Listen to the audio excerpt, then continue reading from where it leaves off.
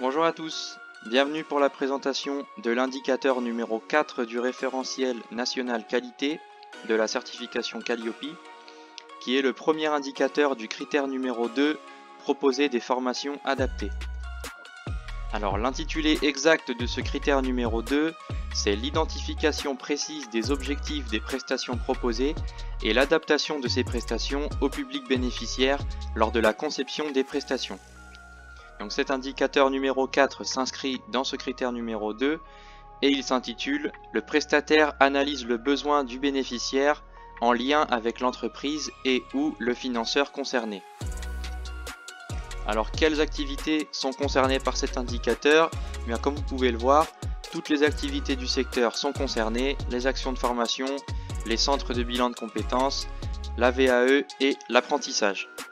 Alors nos conseils par rapport à cet indicateur, c'est tout d'abord que la récolte du besoin d'un stagiaire ou d'une entreprise constitue la première étape de votre action de formation. Elle vous permettra d'établir le contact avec le stagiaire et cette étape est à la fois pédagogique et commerciale puisque vous allez analyser le besoin d'un stagiaire pour l'orienter vers la formation correspondante.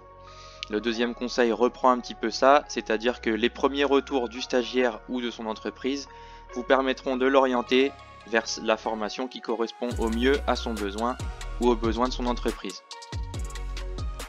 Par rapport aux non-conformités et aux pièges à éviter, alors le niveau attendu, donc il s'agira de démontrer comment le besoin du bénéficiaire est analysé en fonction de la finalité de la prestation. Donc pour cela, il faudra faire attention à ne pas confondre cette étape de récolte du besoin avec une autre étape qui est celle d'un entretien de positionnement ou un test de prérequis à l'entrée de la formation. C'est-à-dire que là, il faudra simplement vous concentrer sur la récolte du besoin, l'analyser pour pouvoir ensuite orienter le stagiaire vers la formation qui correspondra le mieux à son besoin. Et enfin, dans le cas où vous accueillez un public en situation de handicap, il faudra faire attention et démontrer que vous mettez bien en œuvre des moyens adaptés par rapport à cette situation.